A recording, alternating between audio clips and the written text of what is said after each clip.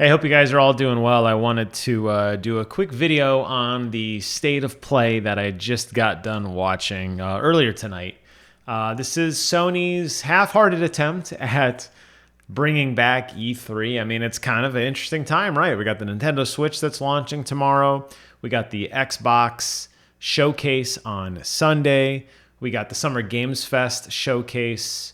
It's either Thursday or Friday night. It might be tomorrow night. I don't even remember. It's coming up though this week. And then obviously you just got done with the state of play. So lots of stuff going on. Before I get too deep in today's video, if you like the content, please consider subscribing to the channel.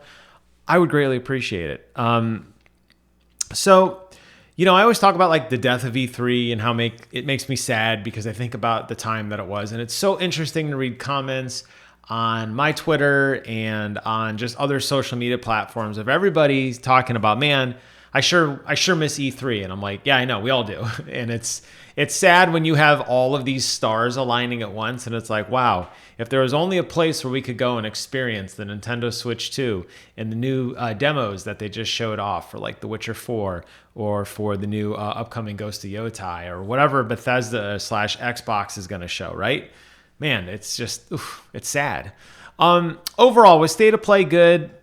It was okay. I didn't know if it was going to be great or lame. I know that Sony likes to differentiate between the game showcase and the state of play, but to me, it's just more announcements. I don't really look at it as one is more of a premier product than another. There was a lot of announcements in there that probably didn't do much for a lot of people.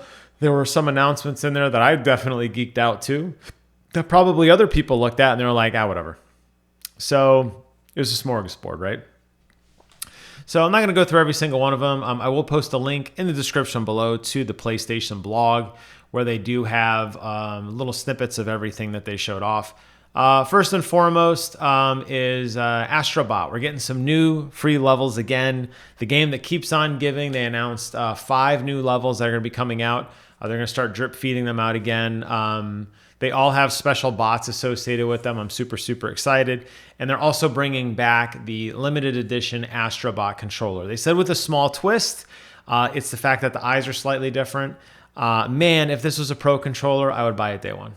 I would buy it day one. I know I already have the Pro controller for the 30th anniversary PlayStation edition, but man, an Astrobot Pro controller, whew, that would be gorgeous.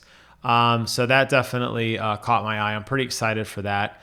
There were a lot of indie games in there that, I always say indie games, just games that didn't really speak to me. One of them that did was Everybody's Golf Hot Shots. I just got done playing through that on the PlayStation Pro Plus, whatever the hell the Ultimate PlayStation Edition's called. At some point, I feel like I should learn what the best edition of PlayStation Plus is called, but I just always draw a blank. But it comes with the game streaming service. I just got done playing through Hot Shots, and I loved it. It was so fun and quirky and goofy. So the fact that I just got done with that and they announced that they're bringing out another one is great. Pac-Man is going to be in the game, which is really cool. Fun little crossover there. I think the one that probably everybody's going to geek out to the most has to be Final Fantasy Tactics. I loved Final Fantasy Tactics. And I never beat it though. I think it was one of those games that like at the time it was like a fun travel game, kind of like the way like Advance Wars 2, which I did ultimately beat, was just kind of like something to play because some of those battles got really long and it seemed like as I really thought about the strategy, it almost took like multiple days to complete the levels. So I was kind of like, man, like, you know, I'd like to go back and play it and I never did. So obviously now that it's coming out, it would be great. That seems like a great Portal game, honestly. So Final Fantasy Tactics, known for its rich, deep, and story, came out in 1997, and it's going to come back on PlayStation 5 in the form of Final Fantasy Tactics, the Avalis Chronicles. It's an enhanced version that includes all fully voiced dialogue, optimized UI, graphical improvements, and other quality of life features. So I'm pretty excited for that. Ghost of Yotai, that was actually kind of a big disappointment. They showed off a trailer that said, we'll show off a trailer next month. Like, why? What, did we not have enough? Like, were they like looking at the game showcase and like, you know, we got 37 minutes of content. If we could only find 3 more minutes of filler. Oh, I know. Let's do a trailer about another trailer we're going to do. It just seemed kind of like a weird play. Not really understanding what that was about. And Sony's having a problem, I feel like, releasing games too damn early and releasing announcements too early. We saw it with Last of Us. I swear we saw that game like 6 years in a row before it actually came out. I was like, damn it, like just get on with it already. One that leaked, apparently. My wife said it leaked, and I don't know where I was. I mean, I did forget my phone one day at work, so maybe that was the day. Was First Light 007, which is going to be a new third person. It's from the same guys who make Hitman, IO Interactive. It looks like it's going to be like a third person, like tactical espionage game, kind of like 007, like earning his wings, earning his stripes kind of thing. That looks really exciting, and I'm pretty excited to see where that goes.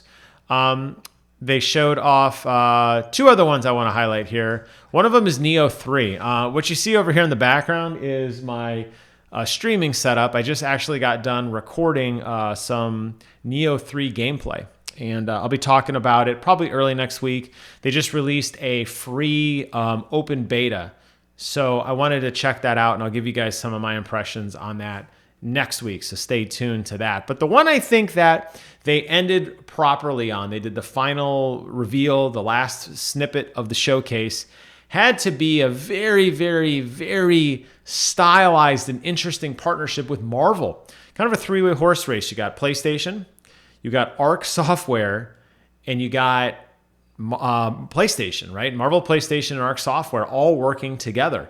Arc, if you look up Arc's System Works, they make a lot of games that I really like, but they're definitely not like a mainstream studio. So when I saw their Splash logo appear and I knew we were getting to the end of the time, I was like, what is this? But it's going to be a new fighting game called Toucan. I'm probably pronouncing the name incorrectly. I'm sorry. Fighting Souls. And it is a very, very stylized 4v4 Marvel fighter. They basically took all of the Marvel heroes and wrapped them in a coat of almost anime Japanese style art. And it looks beautiful. I don't know if you guys watched, it was years ago on MTV. They did an Iron Man series. There's like an Iron Man anime where he lived in Japan. I think Wolverine was like right before or right after that. But I love the art style of this kind of like samurai-esque Iron Man, and that's what they're going for here. And looking at the costume design, they showed off 8 characters. Obviously, you know, to me, Captain America just looks so interesting with this very heavy bomber jacket. Really, really cool looking. I don't know how it'll play as a fighting game, but just in terms of eye candy, like it was really jaw-dropping. And I feel like that is going to be the thing people talk about.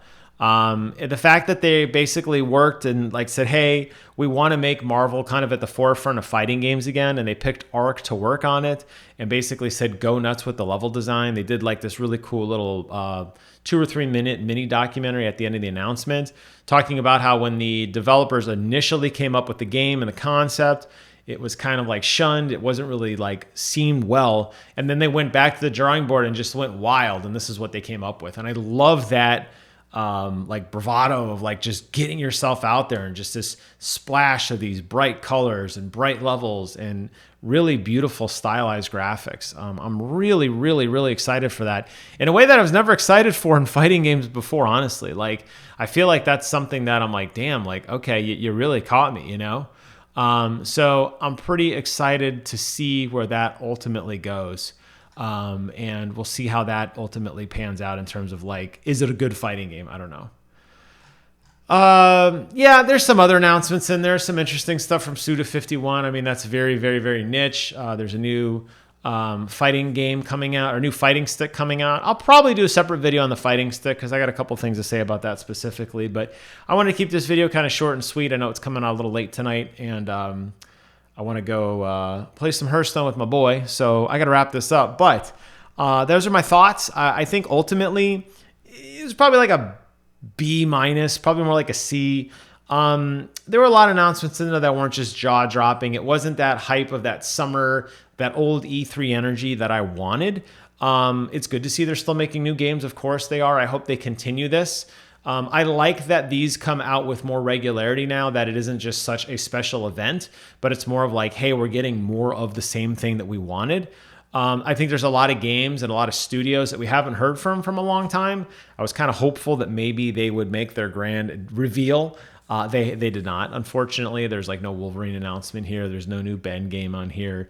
There's a lot of stuff, again, because Sony announces stuff too early. That's still too far away to announce. It seems like they're going to focus and double and triple and quadruple and quintuple down on Ghost of Yotai.